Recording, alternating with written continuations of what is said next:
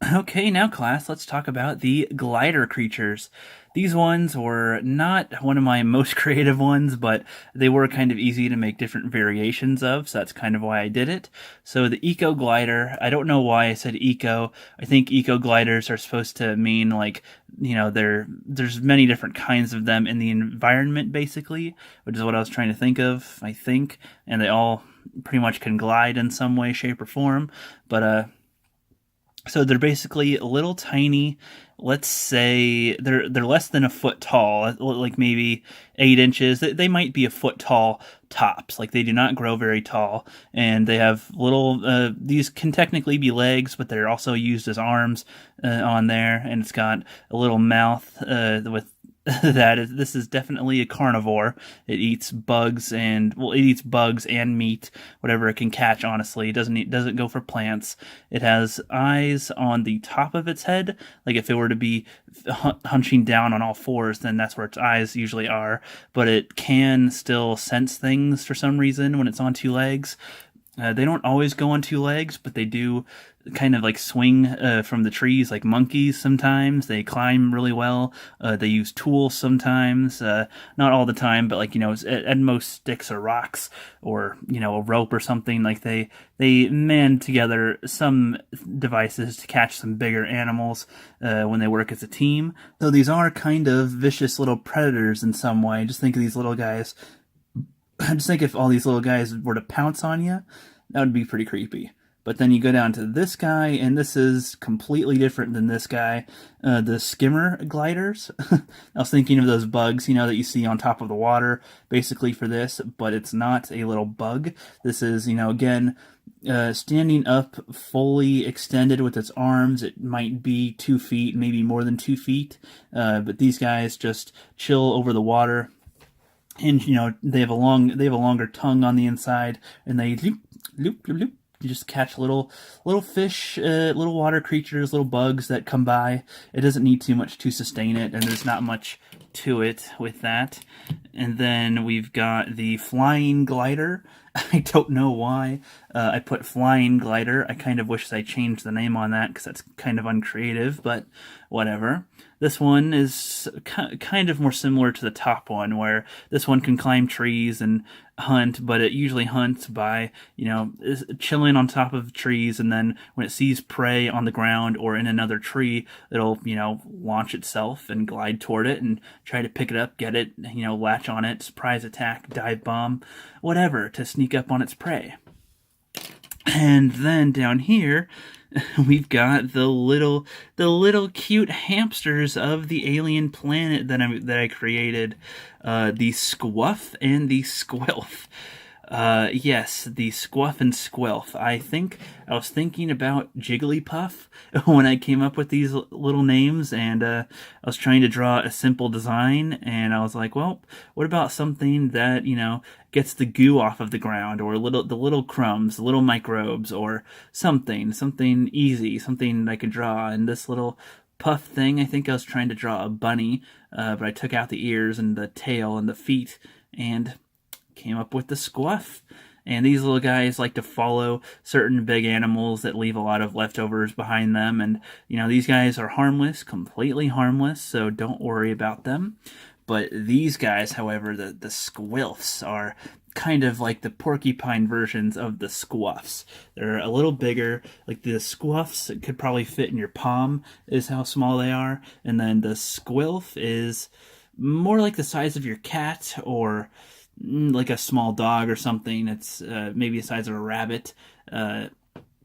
It's got little quills on its back, of course, and it's got actual little teeth instead of a little sucker. So this thing does eat actual plants, and it can eat very small bugs and very small game.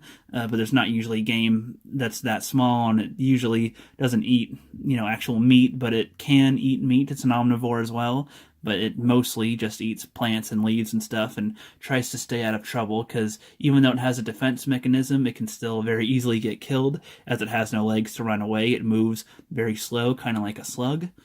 All right, now to the next one. Moving on now, we've got the diving fly and the diving fish fly. I know that these aren't the most clever of names, but with this type of thing, I was also thinking about some type of either evolution or similar species type thing. Remember, this is supposed to be an alien planet, so it's okay.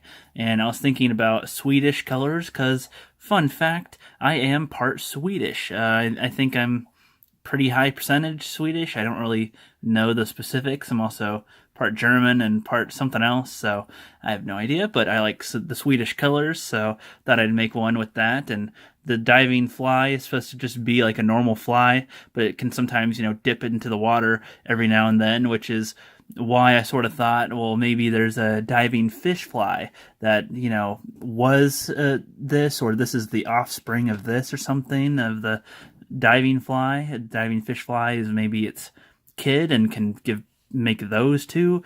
I was thinking of some type of a weird cycle thing where there can be a bird and a fish, or one generation can be birds, another generation can be fish, and they can go back and forth. I don't know, but that was just it's not that complex on that one.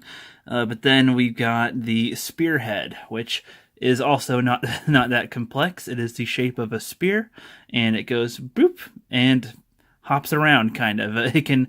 This is a very flexible body, so it can move. It just plants into the ground, plants its head into the next part of the ground, plants into the next part, and that's kind of how it travels. And then when it sees an enemy, it kind of slinkies itself up and springs up like boing.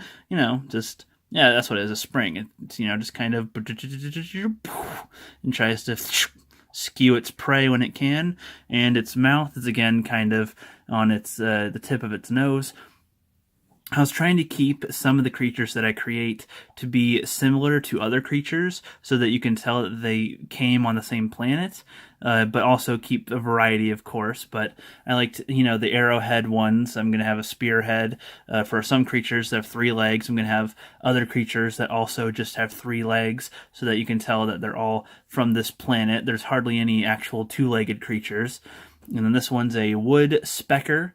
Again, that's not very creative, but I thought, woodpecker, and it pecks on wood over here, and I don't know, it's got basically a couple of appendages, like 5 little arms and legs, and a drill in the center, and its mouth is also on the center of it, and its, fingertips are all very pointy, so they can, dig into the trees, and it just, sucks into the trees when it drills a hole and gets the sap out and whatever, the goods from it. And it can also kill other animals, though. If it gets enough momentum where it leaps off from, it can, stab an animal and drink its blood and drink its goods, its fluids. But it mostly just, sticks to sucking on the trees, because also it is completely defenseless when it is eating, so it doesn't really want to make itself a target. And usually other animals don't really bother it, so if this leaves them alone, then they'll leave it alone. So that's about all for the woodpecker. Alright, now we got the rocket slug. This one, I don't know how I thought about this one. I was just thinking, I keep on trying to think about animals that might camouflage or might, appear to be innocent, but then boom, they've got like a special ability. Kind of like Pokemon in a way. So I was thinking maybe there's an animal that, sucks the goods out of the ground also, just kind of like some of the other creatures that, just minds its own business.